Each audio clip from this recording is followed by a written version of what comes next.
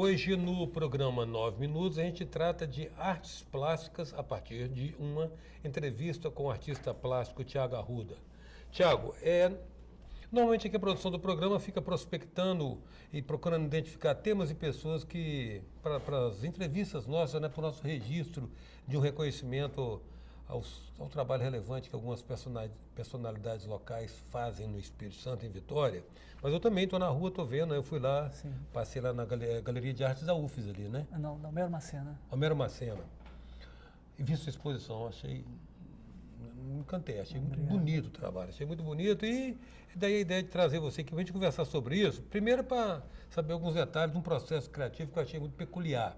Eu não consegui identificar nem litogravura, nem xilogravura, nem serigrafia. O que é aquilo?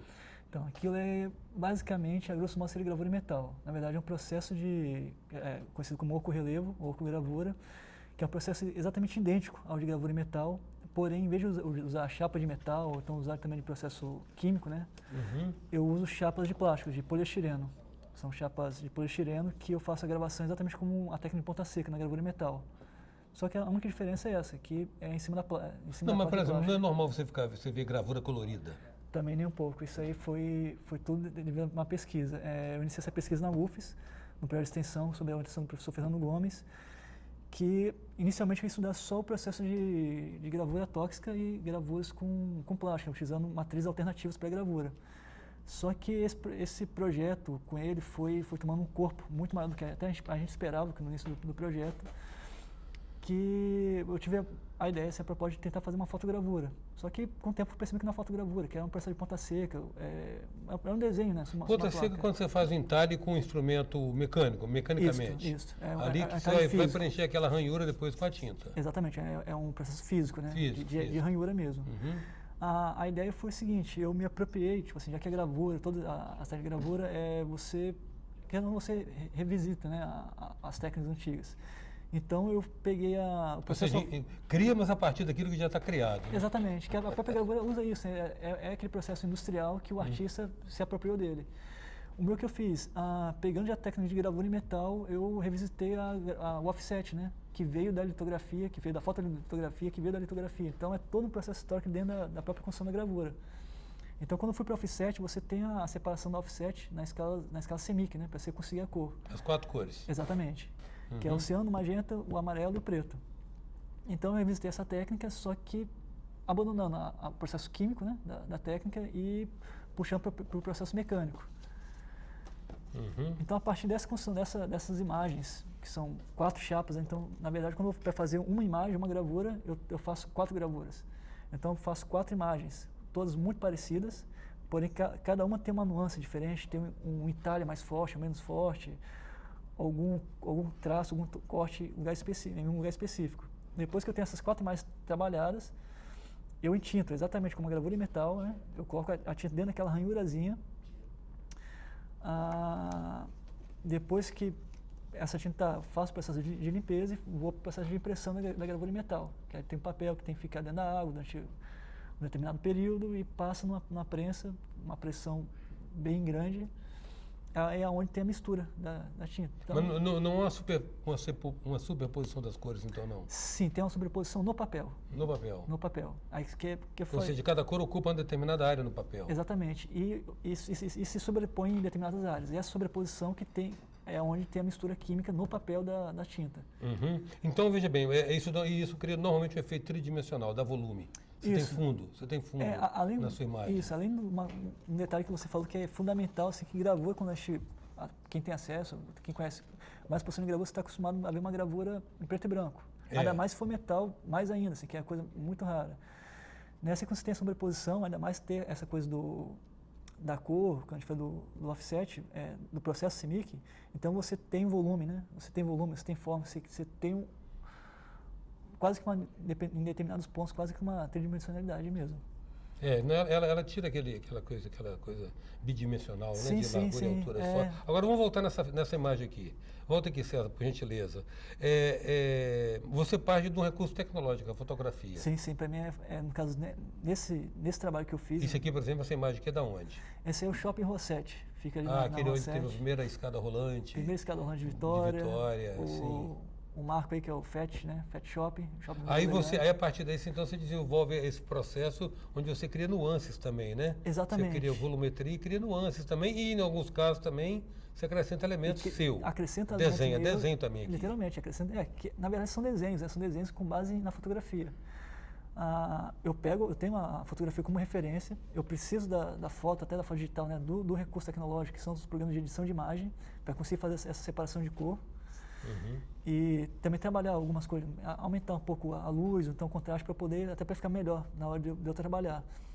Mas, até como tinha comentado contigo, o meu trabalho já que trata um pouco sobre memória, eu tenho uma imagem específica, talvez esse plano que eu tiro, que eu quero. Então eu trabalho ele, só que tem muita coisa, muito detalhezinho que às vezes é muito difícil você fazer na gravura, ou que simplesmente não interfere, não vai agregar nada ali para mim. Então eu retiro e tem outros elementos que eu vou acrescentando. E também pelo fato de ser uma gravura feita à mão, né, aquele processo físico mesmo, mecânico,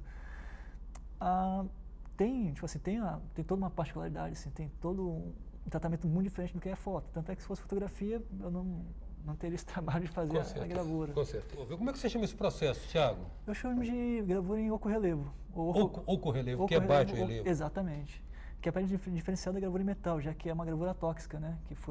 Que é um dos processos que a gente desenvolveu lá na UFES. Tóxica por causa da tinta, nesse caso? Por causa de substâncias e também químicas. por causa do ácido, porque a gravura em metal a gente tem o sal ácido que a gente emprega, né? Que é o perculoreiro de ferro, a caixa de breu, existe uma série de ácidos que a gente utiliza. Então, nesse processo, é só processo de ranhura mesmo, né? De você fazer a gravação com a mão. Tá. Aqui, vamos apresentar outra imagem aqui sua.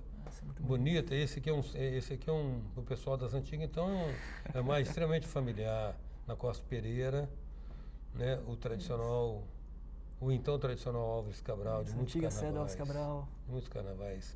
É o mesmo processo, né? Só que aí você isola ele completamente do contexto urbano que ele está. Exatamente. Dá umas matizes de desenho também? Sim, porque quer deixar aí também, sempre brincar com o que a imagem pode me oferecer. Nessa imagem tem um poste que as linhas poderiam criar uma profundidade, assim, captar melhor o olhar do espectador, né? Trazer ele para dentro da imagem. Então sempre também tento brincar com isso e acrescentar elementos que para mim vão somar aquela imagem. Sim. Talvez uma linha, que eu como eu tinha comentado contigo, as imagens foram todas criadas a partir de uma referência de áudio, a partir de histórias que eu escutei e fui fazendo essas imagens. Então tem algumas coisas que me dizem, que essa imagem me diz a mais, que eu também tento acrescentar, que nem você muito bem colocou os carnavais que aconteciam Tem a ver com sua história, tem uma componente autobiográfica. Tem, são bem comparadas isso. Agora, só que você, no curso de artes plásticas, você tem uma graduação acadêmica em artes plásticas. Isso. Não foi uma coisa assim tão autodidata. Não. E você aprendeu desenho? Isso. Eu, como acho que qualquer pessoa que acaba fazendo artes, eu sempre tive no meu caso, eu tive um viés assim a mais pelo desenho. Então eu entrei porque eu gostava de desenhar, queria fazer desenho. E dentro do curso eu tive a sorte de encontrar um professor, que foi o Fernando Gomes, que me incentivou bastante. Então eu acabei indo para a gravura, e na verdade conheci a gravura dentro da faculdade, antes eu nem sabia que existia. E dentro da gravura me cativou, assim. Então eu mergulhei de cabeça na gravura. Até o que me faltava no desenho, a gravura conseguiu suprir bastante. Voltando a isso, o uso das lâminas de polietileno remete de uma certa maneira à serigrafia, então, né? Ou não? Mais ou menos. Como eu tinha explicado, essas chapas que eu utilizo, acaba que vendo uma pesquisa que começou com um livro do professor de Goiânia, que é essa matriz, né, gravura com matriz de plástico, e que ele expõe 8 tipos de matrizes que eu poderia estar usando. Eu fiz uma pesquisa e dessas 8 eu elegi o poliestireno para eu trabalhar, porque achei que tem uma toxicidade melhor, eu vi que o resultado era bem melhor. Com a serigrafia, acho talvez pouco, assim, talvez tenha só a questão da sobreposição, do registro, né, que todas as gravuras, para você trabalhar, você tem que ter um cuidado muito grande com o registro, até para você ter a sobreposição das imagens. Agora a gravura tem uma componente que valoriza ela, que é a limitação a limitação das réplicas, né? A limitação do número, né? Isso, Normalmente você está tirando quantas? Então, a tiragem, eu normalmente trabalho com média de 6 a 10 tiragens. Quando eu faço estilogravura, eu faço no máximo umas 20 tiragens. Tiragem de 20, normalmente eu não passo disso. Também tinha que... O trabalho que dá para fazer tiragem desse aí é muito, assim. Para fazer a tintagem, todo o processo de impressão, são de 4 a 5 horas para estar fazendo. Você tem ainda a possibilidade do erro, né? Já que a gente tem que ter a aproximação o mais exato, ser mais próximo ao original possível. Mas normalmente eu gosto de trabalhar de 6 a 10 imagens no máximo na tiragem. Uhum. Mas, veja bem, você pode ter uma alternativa de desenvolver, então, manter o processo usando uma técnica do desenho livre, não necessariamente partindo da fotografia. Não. A fotografia foi uma opção minha. Isso aí foi até para eu conseguir trabalhar com essa escala cromática, então eu peguei a fotografia. Mas eu também trabalho a partir de desenho, tipo assim, matemática própria, uma prática própria. Tá, e você, a sua ideia é continuar com essa temática de cenários urbanos, cenários que lhes são particularmente familiares e lhe dizem sentimentalmente alguma coisa? Sim, eu acho que até que dentro da gravura, acaba que eu tenho um percurso em todas as técnicas da gravura, assim. E todos, fazendo esse processo, fui descobrindo que todos eu trabalho quase de memória muito forte. Então acho que vai ser quase que não tem muito para onde fugir. Mas ainda pretendo trabalhar em algumas imagens do Centro de Vitória, referente ao Centro de Vitória, mas esse trabalho que eu falei, à medida que eu fui trabalhando nele, fui fazendo, ele foi crescendo. Então, ele já está indo para outro rumo. Mas eu acho que ter essa coisa da afetividade dentro do espaço urbano, o reconhecimento do outro, o reconhecimento do espaço urbano, acho que ainda vai continuar um pouco dentro do meu trabalho. Vai influenciar ainda. Isso, mas ainda vou sair das fotos. Assim. Agora, você diria que hoje, na maneira como você faz um processo autoral, inédito, só você trabalha assim? Quando você fala em arte, falar sobre inédito, autoria é um pouco complicado, mas esse processo... mas você partiu do livro, mas você foi além do livro. Sim. A partir desse processo, eu não posso te dar 100% de certeza, mas eu acredito 99% de certeza que essa técnica aí eu fui o precursor, assim, eu que realmente fui o primeiro a estar trabalhando dessa maneira. Tanto é que nos salões de gravura que eu tenho participado, tenho pesquisado, eu não vi nada parecido do tipo. Você ficou com a exposição, com a mostra dos trabalhos lá na Mera Macena, de agosto até agora, princípio de outubro, né? E como é que é o aspecto da comercialização? Está à venda, as peças estão à venda? Estão todas as vendas. A Galeria Mera Macena tem o catálogo lá com a relação de preços.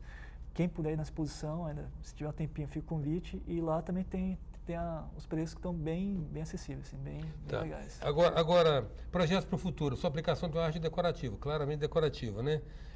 Novas exposições, vai para o mercado? Sim, eu estou... Essa semana, na verdade, tive 2 notícias muito boas, que eu passei no edital de cultura aqui do estado, no Bolsa Ateliê, então fui um dos selecionados, então tem 8 meses de muito trabalho agora pela frente.